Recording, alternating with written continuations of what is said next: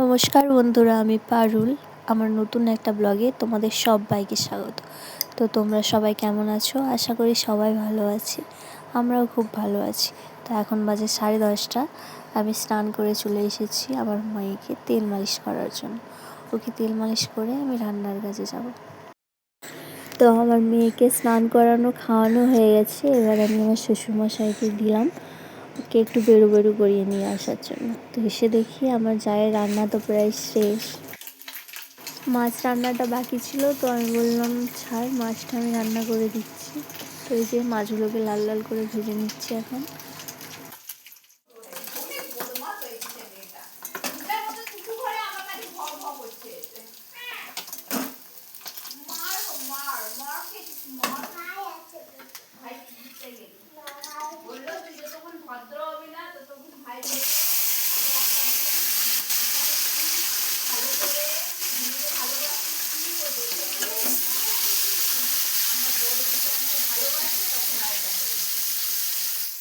রান্না করতে করতে সব থেকে বিরক্তিকর কাজ হলো এই গ্যাস শেষ হয়ে যাওয়া। তো আমার সাথে আজ সেটাই হলো। আমার মাছ ভাজাও শেষ হয়নি, তার আগেই দেখছি গ্যাস শেষ। তো আমি গ্যাসটাকে চেঞ্জ করে নেব। প্রথমে আমি গ্যাসের লকটা খুলে নিলাম। এবার এই যে সব থেকে টাফ কাজ হচ্ছে গ্যাসের শিলটাকে খোলা। অনেক চেষ্টা করলাম, দুবার ট্রাই করলাম, হয়নি। লাস্টে একবার ছুরি নিয়ে আসলাম, সেটা তো ব্যর্থ। এটা তো হলোই না, হাতে লাগলো। এবার নিয়ে এসে চামচ, এটাই আমার লাস্ট অপশন। চামচে কিন্তু খুব সহজেই খুলে যায়। আগে কিন্তু আমি সিলিন্ডার চেঞ্জ করে নতুন সিলিন্ডার লাগানোর ব্যাপারটাতে প্রচুর ভয় লাগতো, মানে জানতামই না। তারপর দু একবার দেখার পর শিখেছি। এটা শিখে রাখা কিন্তু খুব জরুরি। হঠাৎ করে রান্নার মাঝখানে গ্যাস শেষ হয়ে গেলে তুমি নিজে নিজেই চেঞ্জ করতে পারবে। প্রথম আমাকে একে ওকে ডেকে নিয়ে আসতে হতো, ওয়েট করতে হতো। এবার কিন্তু তারপর আমি ভাবলাম না, এবার তো আমাকে শিখতেই হবে। তো যেমন কথা তেমন কাজ, শিখে নিয়েছি। চলো, আমার সিলিন্ডার চেঞ্জ হয়ে গেছে। ওই পুরোনো সিলিন্ডারটাকে একটু সাইডে রেখে দিলাম। গ্যাসটা আবার অন করে বসিয়ে দিলাম রান্না।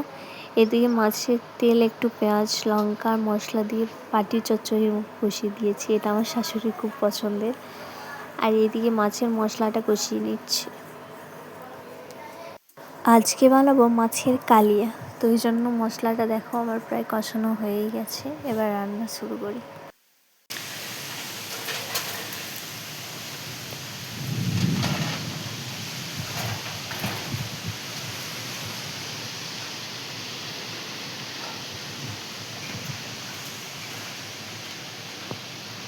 এর ওয়েদারটা আজ খুব সুন্দর, মেঘলা মেঘলা করেছে, হালকা হাওয়াও বইছে।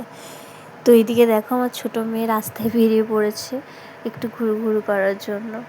আর আমরা ছাদ থেকে ওকেই দেখছিলাম। এই টাইমে একটু ঘুরু না করলে ওর আবার ঠিক বসায় না। এটা হলো আমাদের বাড়ির সামনের রাস্তা। তো সামনে আমাদের বাড়ি উল্টো দিকেই রয়েছে একটা শিব মন্দির। হাওয়াটা দেখছো, মেঘটা জাস্ট দেখার মতো।